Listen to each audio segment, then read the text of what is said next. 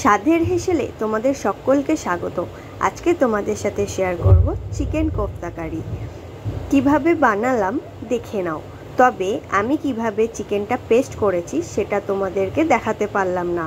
আমি যেভাবে বলছি ঠিক সেভাবেই তোমরা বানাবে। প্রথমে চিকেনটা ভালোভাবে ধুয়ে নিয়ে একবার পেস্ট করে নেবে। তারপর তার মধ্যে ব্রেড ক্রাম্বস, নুন, গরম মশলা গুঁড়ো, গোলমরিচ, কাঁচা লঙ্কা, আদা রসুন, পেঁয়াজ কুচি দিয়ে ভালোভাবে আবারও মিক্সিতে পেস্ট করে নিতে হবে। তারপর একটা অন্য পাত্রে রেখে জিরে গুঁড়ো, ধনে গুঁড়ো, চাট মশলা, ধনে পাতা কুচি এগুলো দিয়ে আবারও ভালোভাবে মেখে নিতে হবে। ব্রেড ক্রাম্বস দিলে কোফতাটা নরম হবে।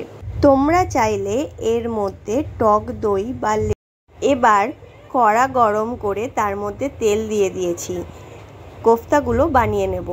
বানানোর জন্য হাতে প্রথমে তেল ভালোভাবে লাগিয়ে নিতে হবে, তা না হলে হাতের মধ্যে কিন্তু আটকে যাবে। এবার কোফতাটা আমি যেরকম বানাচ্ছি ঠিক সেরকম শেপ দিতে পারো, অথবা তোমরা তোমাদের পছন্দ অনুযায়ী শেপ দিতে পারো। আমি একটু গোল গোল করে চ্যাপ্টা করে দিয়েছিলাম। তোমরা চাইলে আঙুলের মতন লম্বা লম্বাও করতে পারো।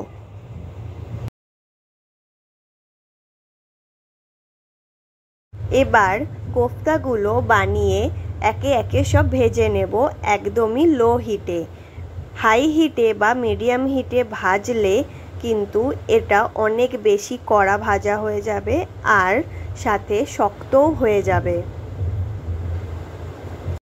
কোফতাগুলো খুব বেশি কড়া করে ভাজবো না, হালকা করে ভাজতে হবে, কারণ যেহেতু এটা আমি কারি বানাবো তার জন্য হালকাই ভাজতে হবে। চিকেন কোফতাগুলো ভাজতে 5 থেকে 7 মিনিট সময় লাগবে।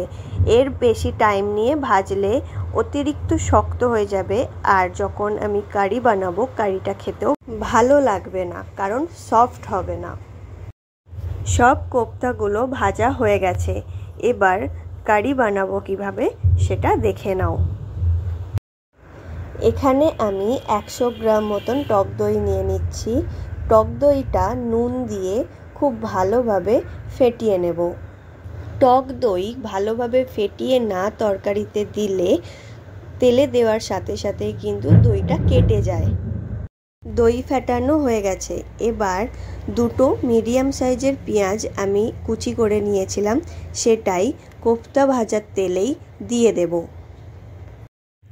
পেঁয়াজটা যাতে নরম হয়ে যায় তার জন্য দিয়ে দেব স্বাদ অনুযায়ী নুন। পেঁয়াজটা 2 থেকে 3 মিনিট ভালোভাবে নাড়াচাড়া করে ভেজে নিয়েছি। এবার এর মধ্যে দিয়ে দেব আদা রসুন পেস্ট। পেস্টটা দেওয়ার পর খুব ভালোভাবে নাড়াচাড়া করে আদা রসুনটা কষিয়ে নেব, যাতে কাঁচা গন্ধ না থাকে। এবার দিয়ে দেব কিছু গুঁড়ো মশলা। প্রথমেই দিয়ে দেব হলুদ গুঁড়ো, তারপর দেব লঙ্কার গুঁড়ো। মশলাগুলো দিয়ে আবারও কিছুক্ষণ নাড়াচাড়া করে নিতে হবে। তারপর দিয়ে দেব এর মধ্যে ফেটানো টক দই। দইটা দেওয়ার পর খুব ভালোভাবে মশলার সাথে দইটা কষিয়ে নেব, যতক্ষণ না মশলা থেকে তেল ছেড়ে দেয়। যে কোনো তরকারিতে গরম জল দিলে তার টেস্ট অন্যরকম হয়। মশলা থেকে তেল বেরিয়ে গেছে, তাই আমিও গরম জল করে দিয়ে দিলাম। এবার উপর থেকে দিয়ে দিলাম কাঁচা লঙ্কা কুচি। জলটা খুব ভালোভাবে ফুটে গেছে। এবার এর মধ্যে দিয়ে দেবো একে একে সব কোফতাগুলো।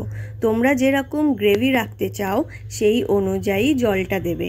কোফতাগুলো দেওয়ার পর খুব ভালোভাবে ফুটিয়ে নিতে হবে লো আঁচে, যাতে কোফতাগুলো সফট আর জুসি খেতে হয়। চিকেন কোফতা কারি রেডি হয়ে গেছে।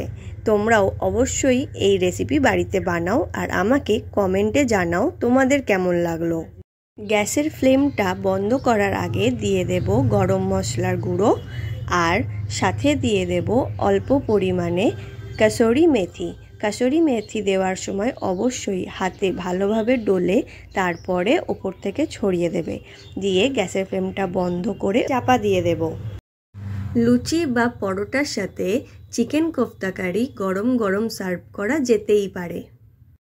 রেসিপিটা যদি ভালো লেগে থাকে তাহলে একটা লাইক, আর স্বাদের হেসেলে নতুন বন্ধু হলে অবশ্যই সাবস্ক্রাইব করে বেল আইকনটা অন করে দেবে, যাতে সব নোটিফিকেশন সবার আগে তোমাদের কাছে পৌঁছে যায়।